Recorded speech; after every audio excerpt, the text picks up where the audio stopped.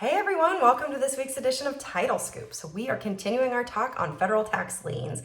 Last week we went over the basics of federal tax liens, and this week I want to go into how to handle them, whether you're at the search phase, exam phase, or if they're on your commitment and you're trying to close, you need to be able to handle those properly so we can close and provide a policy. So let's get started. If you find a federal tax lien in your search, for the most part, you're going to show it either as an exception or a requirement, depending on what your state is, if it's less than 10 years and 30 days old from the date of assessment. If it's against the seller, it's pretty much you have to show it all the time if it's within those parameters, because we have to make sure it's taken care of because we're trying to provide, obviously, good title to our new buyer. So depending on how you handle clearance or curative items in your area, some people, it depends on your state. Sometimes we handle this at the exam phase. Sometimes we handle it as a separate curative team. And sometimes the closers or the processors are handling it as part of the closing. So all depends on where you are, but it's going to be handled basically the same. You're going to look at that notice of federal tax lien because it's going to have some information for you. You can find the name, you can find the social security number, or at least a portion of it. Obviously, the address we talked about last week, we don't want to rely on an address to rule out a federal tax lien. But the social security number is really, really key here. So you may not have the social security number when you are doing your commitment. So you may have it showing on the commitment. And in that case, once you get the social security number, you can look and see if it matches. If it doesn't, it's usually safe to remove it from title because it's likely not our person. Again, just remember, don't rely on the address. That's something I'm going to keep repeating because it's something I get questions with a lot. Now, once it's on your commitment, maybe you're at the curative site or maybe you've determined that it is your person. So we're always going to require a written payoff from the IRS prior to closing.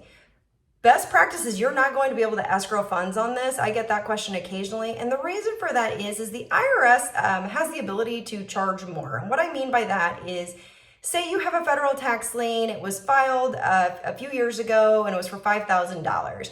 You get your payoff from the IRS and it's for $15,000. Most of the time we're escrowing funds for 1.5 or 2.5 times the amount, but the IRS could actually add debt in order to provide a release or discharge to you. So maybe you have a debt that you've owed them, they just haven't filed a lien on your property. They may not want to give a release unless you pay those debts, especially when you are selling a secured piece of property and they know they can get the money. So that's why an escrow may not have enough money to pay off the debt and why we usually don't recommend them on a federal tax lien. Now, what are some other ways we can handle it? Well, maybe your seller says, hey, I paid this off. It's and they show you maybe a paid receipt. When you get that, you can usually just call the IRS and make a request for a release or satisfaction or discharge. They will send that to you. They'll usually confirm it's a zero balance and they'll send it to you so that you can record it with closing, in which case you could remove it from title.